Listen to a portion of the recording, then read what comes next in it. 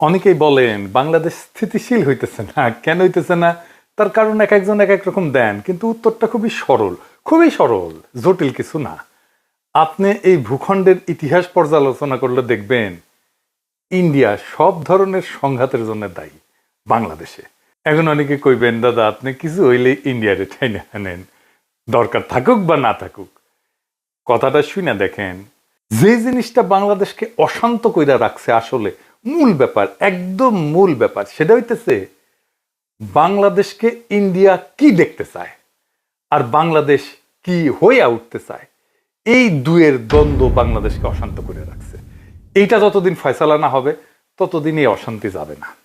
বাংলাদেশে ইন্ডিয়া আসলে কি চায় আর কিভাবে চায়, এই দুইটা প্রশ্নের উপরে নির্ভর করতেছে আপনার বোঝাপড়া বাংলাদেশ কেন অশান্ত থাকতেছে আর কেনই বা খুব সহসা এই অশান্তি থেকে স্থিতিশীল হওয়ার সম্ভাবনা নাই। কেউ কিছু মনে করেন না, আমার এই কথা শুনে আবার কেউ হতাশ হয়ে যায় না, কিন্তু এটা বাস্তবতাকে মোকাবেলা করাটা ভালো। এই দুইটা প্রশ্নের ফয়সালা করেন, বাংলাদেশ শান্ত হবে, স্থিতিশীল হবে। এই জন্য এই দুইটা প্রশ্নের উত্তর সমস্ত রাজনৈতিক দলকে দিতে হবে। সেটা হইতেছে ইন্ডিয়া প্রশ্নে, ইন্ডিয়ান নীতির প্রশ্নে আপনার অবস্থানটা কি, এটাতে পরিষ্কার করতে হবে। আপনি কি জানেন কিনা ইন্ডিয়া আসলে কি চায় বাংলাদেশে? আসেন একটু বুঝে দেখি বাংলাদেশে ইন্ডিয়া কি চায়।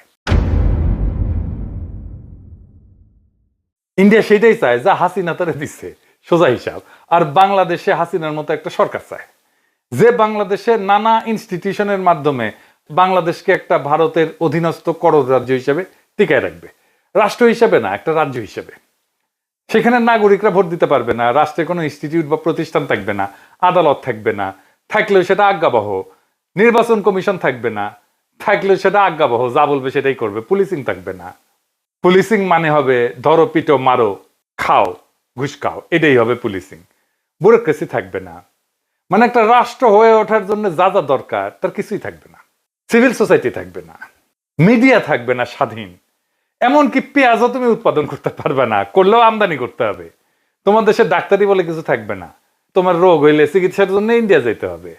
আপনার দেশের জুই নারকেল তেল বিক্রি হবে না, যতই ভালো কোয়ালিটি হোক না কেন, প্যারাসুট চলবে। আপনার চাকরি হবে না বাংলাদেশে, এক্সিকিউটিভ আসবে ইন্ডিয়া থেকে। বিয়ার বাজার, ঈদের বাজার আপনি করতে যাবেন ইন্ডিয়ায়, ঈদ করবেন কিন্তু গরু কোরবানি দিতে পারবেন না। সি সি সি, আপনি এত খারাপ, রক্ত পিপাসু, গরু কোরবানি দিতেছেন, পশুপ্রেমিক হয়ে যাবে সবাই। আপনি পায়জামা পাঞ্জাবি টুপি পড়তে পারবেন না, আপনি মাদ্রাসায় বাচ্চাকে পড়াইতে পারবেন না, আপনার মসজিদে ঢুকে পেটানো হবে।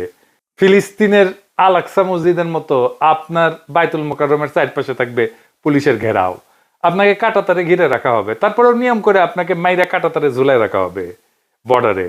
আপনার নদীতে পানি আসবে না, কারণ সব নদীতে বাদ দিয়ে রাখবে আন্তর্জাতিক আইন অমান্য কইরা। বর্ষা আবার ভালোবেসে বাদ খুলে দিবে, বাসায় দিবে। আপনি চাষের পানি পাবেন না, ফসল ফলাইতে পারবেন না, নদী শুকায় যাবে, হাহাকার হবে, পানির স্তর নিচে নেমে যাবে। আপনি পাম্প বসায় পানি তুলবেন, এই কাজ করতে গিয়ে আপনি ভূগর্ভস্থ পানিতে মারণ বিষ আর্সেনিক মিশাই দেবেন। সেই আর্সেনিক আপনার জীবনী শক্তি পলে পলে নিঃশেষ করে দেবে।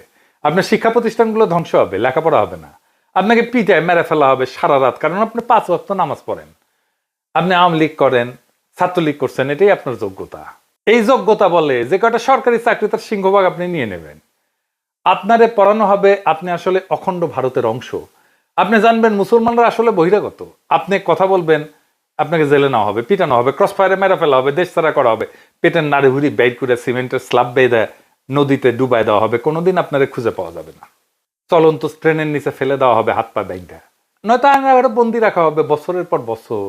এই আয়নাঘরের কোথাও না, আপনার ক্যান্টনমেন্টের মধ্যে। সবাই জানে, সব জেনারেল জানে, তারপরে ওইটা চলবে। কোনো কিছু বানায় বলা না, তাই না? সবকিছুই ঘটছে বাংলাদেশে। আর এইসবের কারণ আর কিছু না, কারণ একটাই, সেটা হইতেছে বাংলাদেশ একটা মুসলিম মেজরিটি দেশ। আর সেই বাংলাদেশ ভারতের মিথিক্যাল অতীতের অংশ, সে অখণ্ড ভারতের অংশ বাংলাদেশ। সেই অংশ সে ফেরত চায়, তার আগে তাকে পরিশুদ্ধ করে নিতে চায় তার জনগোষ্ঠীকে।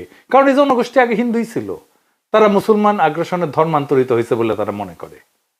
এদের পরিশুদ্ধ করতে হবে যেন মননে সে অখণ্ড ভারত মাতার সন্তান হইয়া ওঠে। তাকে নতুন এক ধর্মে দীক্ষিত করতে হবে, যার নাম অসাম্প্রদায়িকতা। এই অসাম্প্রদায়িকতার ধর্মে আপনি কোরবানি দিলে সাম্প্রদায়িক বর্বর, কিন্তু পয়লা বৈশাখের নামে অষ্টমীর এক ডালিয়া উদযাপন করতে পারবেন। আপনি বুঝবেনই না যে আসলে আপনার পয়লা বৈশাখের আড়ালে আপনি আসলে দুর্গাপূজার অষ্টমী করতেছেন। আপনি পূজা মণ্ডপে যেতে পারবেন, কিন্তু ঈদের নামাজে দাঁড়াইলে আপনি সাম্প্রদায়িক। পূজায় গেলে আপনি অসাম্প্রদায়িক, ঈদের নামাজে দাঁড়াইলে আপনি সাম্প্রদায়িক। তারপর একদিন টুপ কইরা ভারত আপনাকে অখণ্ড ভারত মাতার অংশ করে নেবে। Syllabus complete. থ্যাংক ইউ, ধন্যবাদ। বাংলাদেশ জিন্দাবাদ। এটাই আপনার ডেস্টিনি হয়ে উঠছে। এই যে আওয়ামী আর ইন্ডিয়ান প্রজেক্ট, তাই মোমেন্ট প্রকাশ্যেই বলছিল, ভারতকে সে বলছে হাসিনাকে টিকায় রাখতে হবে। শোনেন, আবার শোনেন, অনেক আগের কথা। আমি ভারতে গিয়ে যেটি বলেছি যে শেখ হাসিনাকে টিকে রাখতে হবে। শুনেছেন? শুধু তাই না, ভারত আর বাংলাদেশের স্বার্থ যে এক, সেটাও সে ঘোষণা করছে। ভারতের বিজয়ই আমাদের বিজয়। শুনেন, আমাদের বিজয় ভারতের বিজয়, বুঝছেন? আমাদের উন্নয়ন ভারতের উন্নয়ন, ভারতের উন্নয়ন আমাদের উন্নয়ন। তাইলে আপনার মূল সংকট হচ্ছে আপনার বাংলাদেশ রাষ্ট্র থাকবে কিনা। এটা ইন্ডিয়ার প্ল্যান। সে হায়দ্রাবাদ খাইছে, সে গোয়া খাইছে, সে জুনাগড় খাইছে, সে সিকিম খাইছে, সে কাশ্মীর খাইছে, একইভাবে বাংলাদেশকে খাইয়ে নেবে।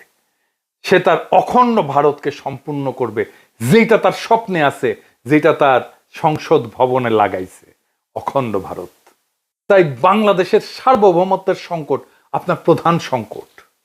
আপনার প্রধান আশঙ্কা মহাভারতে বিলীন হয়ে যাওয়ার আশঙ্কা। এই আশঙ্কাকে আমরা আসলে কিভাবে মোকাবেলা করব? এখন প্রথমত আমাদের দেশের ভিতর একটা শক্তিশালী জাতীয় ঐক্য লাগবে। সেই জাতীয় ঐক্যের সম্ভাবনাকে সবসময় ধ্বংস করে দেয় ইন্ডিয়ানরা। আমি কাউকে উদ্দেশ্য করে বলতেছি না, কিন্তু আপনারা দেখছেন বৃহত্তর জাতীয় ঐক্য কারা নষ্ট করছে, যেটা 5ই আগস্টে তৈরি হয়েছিল, জুলাই আগস্ট বিপ্লবে তৈরি হয়েছিল। জাতির যে আকাঙ্ক্ষা কারা কিভাবে ধ্বংস করছে সেটা আপনারা দেখছেন। 2 নম্বর হতেছে রাষ্ট্রের প্রতিষ্ঠানগুলো পুনর্নির্মাণ করতে হবে, যেগুলো হাসিনা ভেঙে দিয়ে গেছে, যেটাকে সংস্কার বলতেছে প্রফেসর ইউনূসের সরকার। তার ফলে রাষ্ট্রের প্রতিষ্ঠানগুলো যে ধ্বংস করছে হাসিনা, তা পুনর্গঠিত হবে সংস্কার করলে। এই জন্য এত সংস্কার সংস্কার সংস্কার সংস্কার শোনা হচ্ছে। কোন সংস্কার করতে দিতে চাচ্ছে না কারা আপনারা জানেন? আপনারা দেখতেছেন সংস্কার করতে যে নির্বাচনে দেরি হইলে বাধা দিবে বিএনপি। এই বছরই নাকি সংস্কার সম্ভব, দিল্লি স্টারে মাহফুজ আনাম কইছে। কই থেকে আসছে? দিল্লি স্টারে মাহফুজ আনাম যখন লেখে, এটা কই থেকে আসে? এটা দিল্লি থেকে আসে। দিল্লি থেকে কয়া দেয়, মাহফুজ আনাম লিখে দেয়, চেপে দেয়। নির্বাচন বিএনপি কবে চাইছে? 2025-এর মার্চ এপ্রিলে, সেই 2024-এর ডিসেম্বরে চাইছে। আমি বেনে বেনে করছি না, দেখেন ডিসেম্বরে করছে, আগামী 3-4 মাসের মধ্যে নির্বাচন চাই। এইটা স্যার তারিখ দেখান। বিএনপির নেতারা কি ব্যাখ্যা দিবেন? 2025-এর এপ্রিলে কেন চাইছিলেন বা মার্চে কেন চাইছিলেন নির্বাচন? আপনি তো এখন ডিসেম্বরে চান নির্বাচন, মানে আপনি এখন কনভিন্স যে ডিসেম্বরের আগে নির্বাচন সম্ভব না। তাইলে মার্চ এপ্রিলে কেন চাইছিলেন? এটা কি খেলা পাইছেন ভাইজান? দেশের ভাগ্য নিয়ে, দেশের ভবিষ্যৎ নিয়ে খেলা এটা? সিরিয়াস চিন্তা না করে একটা কথা কয়ে দিবেন আপনি? তাহলে তো সিনিয়র নেতারা। আবার দেখেন বিএনপি স্পষ্ট করে বলছে, বর্তমানে দেশে আলোচিত প্রায় সব সংস্কার প্রস্তাবই আমাদের 31 দফায় অন্তর্ভুক্ত আছে, তার মানে সংস্কার করার দরকার নাই। এটা তারেক রহমান বলছেন নভেম্বরের 14 তারিখ 2024 রাষ্ট্র কাঠামো মেরামতের রূপরেখার 31 দফা ও নাগরিক ভাবনা শীর্ষক সেমিনারে বলছেন। খুব ভালো কথা, মেনে নিলাম যে এই 31 দফায় হইতেছে সংস্কার। তাইলে 31 দফায় তো সব সংস্কার আছে, তাই না? তারেক রহমানই তো কইছে, তাই তো বলছেন তারেক রহমান। এটা করতে কত টাইম লাগবে বিএনপির? বিএনপি এটা বলছে তারেক রহমানের বক্তব্যের সপ্তাহ 3 পরেই, যে কত সময় লাগবে সংস্কার করতে। 3 থেকে 4 মাস লাগবে এই সংস্কার করতে। যেই সংস্কারের আলাপ হইতেছে সেটাই 31 দফায় আছে, আর সেই সংস্কার করতে 3 থেকে 4 মাস সময় লাগবে বিএনপির কথায়। তাইলে বর্তমানে দেশে আলোচিত প্রায় সব সংস্কার প্রস্তাবই যদি বিএনপির 31 দফায় অন্তর্ভুক্ত থাকে, আর সেই সংস্কার করতে যদি 3 থেকে 4 মাস লাগে, তাহলে কি বিএনপি 31 দফা ক্ষমতা নেওয়ার 3 থেকে 4 মাসের মধ্যে বাস্তবায়ন করে দেখাবে? পারবে? হুদাই একটা কথা বলে দিলেই হইল। যাই হোক, বাদ দেন। এরপরে আমাদের আর কি লাগবে? এটা খুব গুরুত্বপূর্ণ, আসেন এটা একটু বুঝে দেখি। এরপরে আমাদের লাগবে এমন একটা শক্তির বন্ধুত্ব যারা আমাদের সার্বভৌমত্বের রক্ষা কবচ হয়ে থাকবে। মানে ইন্ডিয়া যদি আমাদের অ্যাটাক করতে আসে, আমাদের পাশে কে দাঁড়াবে? কারা হইতে পারে সেই শক্তি? আমাদের খুব বেশি চয়েস নাই, কিন্তু কারা হইতে পারে বলেন? ওয়েস্ট, পশ্চিম। হ্যাঁ, এই পশ্চিম ভাই ইসলামোফোব দুনিয়া। আমেরিকা আমাদের ইন্ডিয়ার হাতে তুলে দিছিল, ভুলে যান না, 1/11 করে।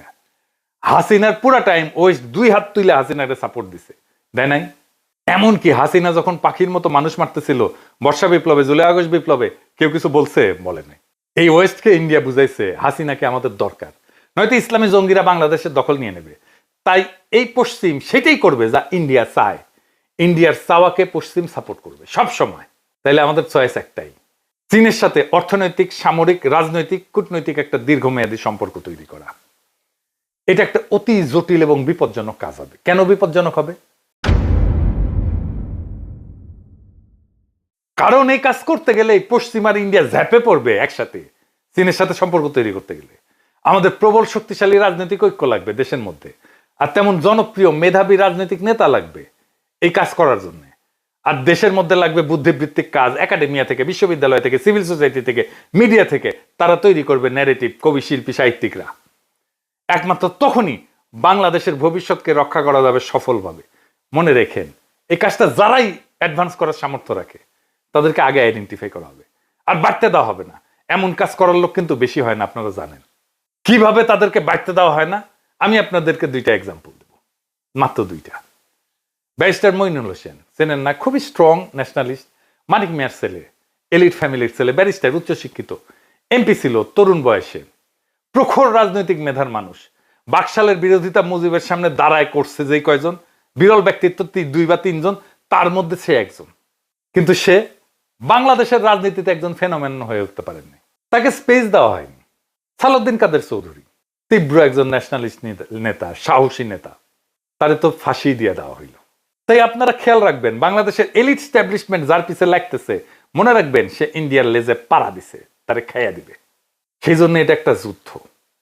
আমরা যেটাতে আছি সেটা একটা যুদ্ধ। এই জন্য এটা শান্ত হইতে সময় লাগবে, যতক্ষণ পর্যন্ত না আপনি প্রবল শক্তিশালী হইয়া প্রতিপক্ষকে পরাজিত করতে না পারেন। মনে রাখেন, এই যুদ্ধ আমাদেরই। বাংলাদেশের রাষ্ট্রীয় অস্তিত্ব আজ একটা চূড়ান্ত চ্যালেঞ্জের মুখোমুখি। এটা শুধু ভারতীয় হেজিমনির বিরুদ্ধে না, এটা আমাদের ভবিষ্যৎ প্রজন্মের জন্য, আমাদের আত্মপরিচয়ের জন্য, আমাদের ভাষা, আমাদের স্বাধীনতার আত্মাকে রক্ষার জন্য এক অবিরাম যুদ্ধ। এই যুদ্ধ শুধু সীমান্তে না, এটা চিন্তায়, বুদ্ধিবৃত্তিতে, প্রশাসনে, বিশ্ববিদ্যালয়ে, অর্থনীতিতে, সিভিল সোসাইটিতে, আর প্রত্যেকটা নাগরিকের মনোজগতে। ভারত চায় বাংলাদেশকে একটা পরাধীন করদ রাজ্যে রূপান্তর করতে, তারে খাইয়া ফেলতে, যেখানে আপনি থাকবেন কিন্তু আপনার নাগরিকত্ব থাকবে না, যেখানে আপনার ভূখণ্ড থাকবে কিন্তু রাষ্ট্র থাকবে না। এই যুদ্ধের এক পাশে ভারত, তার গোয়েন্দা সংস্থা, দালাল রাজনৈতিক দল, তার পোষা মিডিয়া, সিভিল সোসাইটি, আর অন্য পাশে আমরা বাংলাদেশের মানুষ, যাদের কাছে এই ভূমি শুধু মাটি না, এটা আত্মমর্যাদা পরীক্ষার ময়দান। ভারতের বিরুদ্ধে এই লড়াই কোনো সামান্য কূটনৈতিক সমস্যা না, এটা একটা মহাকাব্যিক সংগ্রাম, যেখানে জয় পরাজয় শুধু রাষ্ট্রের ব্যাপার না, এটা আত্মারও ব্যাপার। এই যুদ্ধে জেতার জন্য দরকার জাতীয় ঐক্য, প্রাতিষ্ঠানিক সংস্কার এবং ভবিষ্যতের কূটনৈতিক রণকৌশল। দরকার চীনের সঙ্গে সাহসী জোট, দরকার একজন মেধাবী অকুতোভয় নেতা, যিনি জাতিকে নিয়ে যেতে পারবেন সেই অনিবার্য সংগ্রামের শেষ প্রান্তে। দরকার জাগ্রত একাডেমিয়া আর নির্ভীক বুদ্ধিবৃত্তিক নেতৃত্ব, যারা ইতিহাসের দায় বুঝে আজকের প্রজন্মকে বুঝাতে পারবে আপনার আত্মপরিচয় আজকে আগ্রাসনবাদী ভারতের টার্গেট। মনে রেখেন, ভারত কখনো আপনাকে রাষ্ট্র হিসাবে মানেনি, মনে করছে সে আপনার হারানো অঙ্গ। এই অঙ্গ যে আবার জায়গা উঠছে, নিজের পরিচয় দাবি করছে, এটাই তাদের ভয়। তাই তারা হাসিনার বদলে আর একটা পুতুল সরকার আনতে চায়, যাতে বাংলাদেশ আর কখনো মাথা তুলে না দাঁড়াইতে পারে। কিন্তু ইতিহাসের চাকা ঘুরছে। আজ প্রশ্ন একটাই, আপনি কি এই চক্রান্তের বিরুদ্ধে দাঁড়াতে প্রস্তুত? আপনি কি আপনার স্বাধীনতা, আপনার ধর্মীয় অধিকার, আপনার আত্মপরিচয়, আপনার ভাষা আর আপনার স্বপ্নের বাংলাদেশকে রক্ষা করতে চান? তাহলে এই যুদ্ধ আপনারও। এই যুদ্ধ শুধু নির্বাচন বা সংস্কার নিয়ে না, এটা একটা জাতির আত্মার অস্তিত্ব রক্ষার লড়াই। আপনি যদি এই যুদ্ধে অংশ না নেন, তাহলে একদিন জেগে উঠবেন সেই রাষ্ট্রহীন, আত্মাহীন ভূখণ্ডে, যার নাম একদিন ছিল বাংলাদেশ। এখনো সময় আছে, জায়গা ওঠেন, সংগঠিত হন, কারণ এইবার না পারলে আর কোনোবার আমরা পারবো না। বাংলাদেশ বাঁচলে আপনি থাকবেন, বাংলাদেশ গেলে শুধু আপনি, বাংলাদেশ গেলে আপনি শুধু নামে থাকবেন, নাগরিক থাকবেন না। এটা আপনার যুদ্ধ, এটা আপনার সময়, এটা আপনার নিয়তি রচনা করার শেষ সুযোগ। আসেন আমরা আগে যাই সেই ইস্পাত কঠিন ঐক্য গইরা, সেই ইতিহাস রচনা করতে, সেই অনিবার্য বিজয়ের পথে। ইতিহাস অপেক্ষা করতেছে। ইনকিলাব জিন্দাবাদ।